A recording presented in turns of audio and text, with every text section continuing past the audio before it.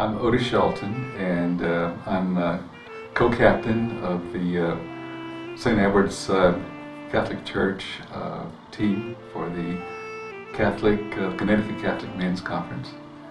And I've been active member of St. Edward's Church for the last 38 years, and very active and very concerned about our faith.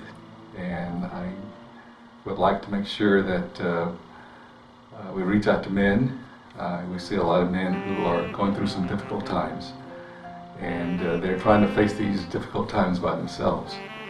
And we see this value in the men getting together and sharing and growing together.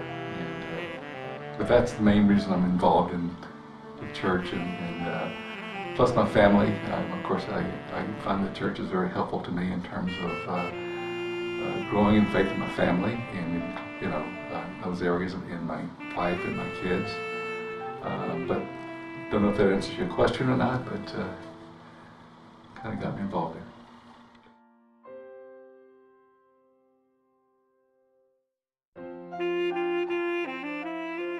My activity in the church includes being in the Knights of Columbus. I'm a past Grand Knight and still very active in the Knights of Columbus. I also am active in an assignment by the pastor to work with the Bishop's Strategic Planning Commission. And this is a Senate effort whereby a few of us have been selected to work on strategic issues that's facing the diocese. And so that's also one of the activities that I'm involved in. I'm also very active from the standpoint of attending daily Mass. So I find it very beneficial to me and my family to attend the daily Mass, and of course the activities there.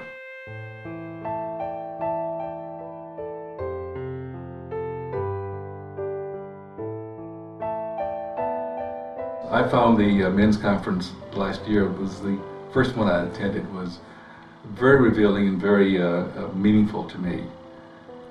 We had our Bishop Cajano, who was one of the speakers, and his topic, I think, was a call to arms for men. And not only did he talk a call to action, but it also gave us a recipe for how to get active.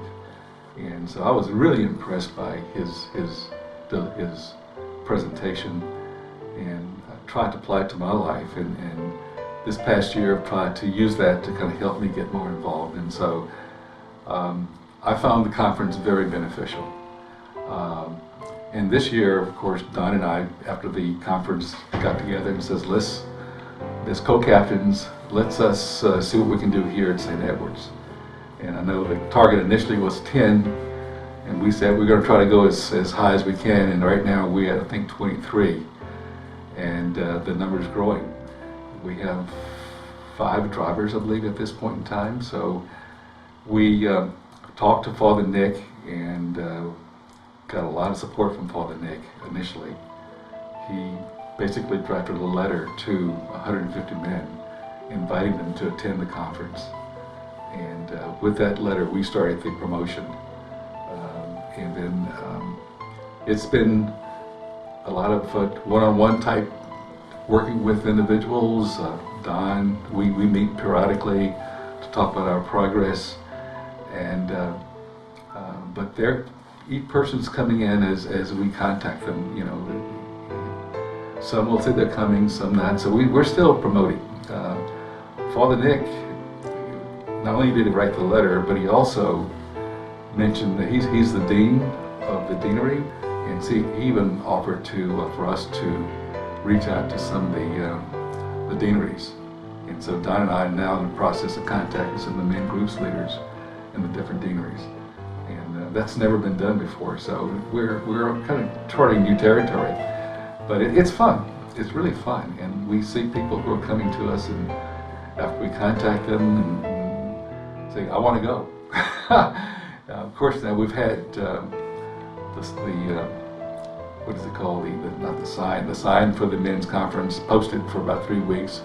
We put in bulletin notices in our bulletin. We're going to have a pulpit announcement next month.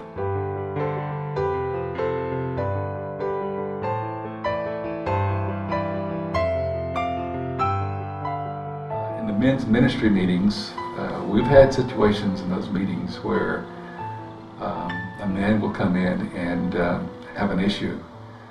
And it'd be such an overriding issue and such a serious issue that we basically just say, let's just put everything aside and let's listen to him. And sometimes the person's talking to us in tears because of the issue that he has. And we've listened and we've given feedback. And in a couple of cases, we've had help people get over this major obstacle they're seeing in their lives. And they're witnesses. As a matter of fact, there were I think there's one man who was there this morning who, I won't mention a name here, but has been through this experience. And some other men who've had gone through some pretty horrible experiences. So, and we talk about some of these issues in the men's ministry meetings. It's not just the gospel or the readings, but also issues that come up. And so it's rewarding to see how men can work together and help each other, because I think in the past, not the past, but I think women have natural abilities to talk and to relate to each other and share, but we men somehow don't. We try to keep things to ourselves. We're macho, we don't think anyone else will help us. We got to face it ourselves, but these meetings we help each other. And it's very, very rewarding to kind of have that experience. Another philosophy of mine is that, this is personal philosophy, is that, the issues that we see in our communities, in our nation, we look to the politicians to solve these issues. And my philosophy is, at least my thinking is that it's us men in the church who are really going to solve these issues. It's the communities. We are the ones who really, once we get together and see the issues, can make a change in our communities, in our nation. And for that reason, I think we men need to be more educated about the issues and know what the issues that are affecting our faith, affecting our communities. And with that, I think with that knowledge, then we become active. And so I see the role of the Connecticut Catholic Men's Conference as being a key part of that process of getting men more involved with their knowledge of their issues facing the faith, and then hopefully the next step of how to go from there to be more active. So I see this as very important for our communities and also for our state and for the nation.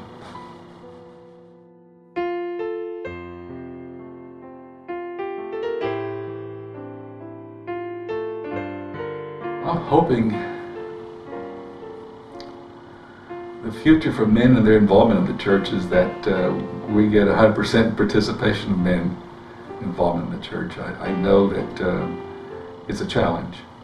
I know that I'm retired now after working for 43 years and traveling around the world. Very difficult to get involved in those situations, but I know it's a challenge for men to get involved. And you've got raising families, you've got kids that are growing up, baseball, you got all the activities in school for the weekends, and so it's a real challenge. But I really think that it's possible. I'm an optimist, but I really think that if men knew the issues, knew what was at stake, and knew how these issues were affecting their families and communities, I think men would step up and get more active and make the right decisions.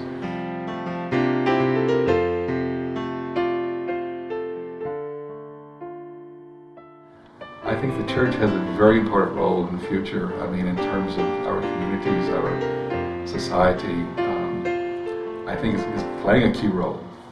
I think our church is under attack.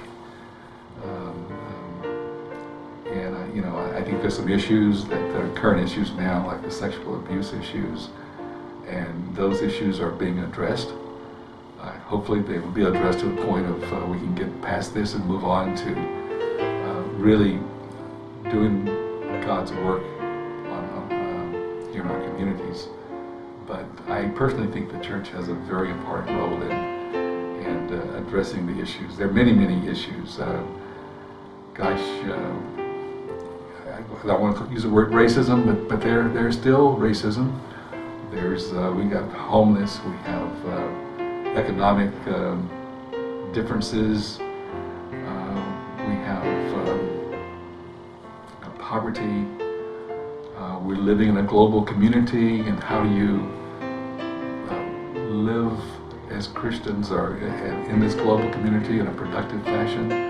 We have other parts of the world that are really having difficult times just trying to eke out survival. And how do you address those issues? I think the church has been, and that's one of the things that pulled me to the Catholic Church. I'm a convert from Protestant. It was the fact that the Catholic Church was global and international and was out with missionaries around the world trying to address all these issues. And I think that still needs to be a key role for the church. I think we can do a lot more.